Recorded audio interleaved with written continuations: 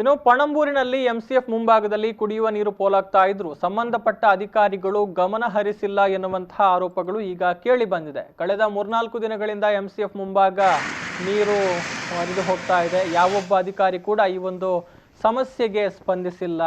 ತುಂಬೆಯಿಂದ ಮಂಗಳೂರಿಗೆ ನೀರು ಸರಬರಾಜು ಮಾಡುವಂತಹ ಪೈಪ್ ಲೈನ್ ಒಡೆದು ಹೋಗಿದ್ದು ನೀರು ಪೋಲಾಗ್ತಾ ಇದೆ. ಈ ಬಗ್ಗೆ ಸಾರ್ವಜನಿಕರು ಈಗಾಗಲೇ ಸಾಕಷ್ಟು ಬಾರಿ ದೂರನ್ನು ಕೊಟ್ಟಿದ್ದಾರೆ. ಆದರೂ ಕೂಡ ಈ ಒಂದು ಪೈಪ್ಲೈನ್ ಅನ್ನು ಸರಿಪಡಿಸುವ ಹೋಜಿಗೆ ಸಂಬಂಧಪಟ್ಟ ಅಧಿಕಾರಿಗಳು ಇನ್ನೂ ಕೂಡ ಹೋಗಿಲ್ಲ. ಕೂಡಲೇ ಸಂಬಂಧಪಟ್ಟ ಅಧಿಕಾರಿಗಳು ಈ ನಿಟ್ಟಿನಲ್ಲಿ ಗಮನವನ್ನು ಹರಿಸಬೇಕು.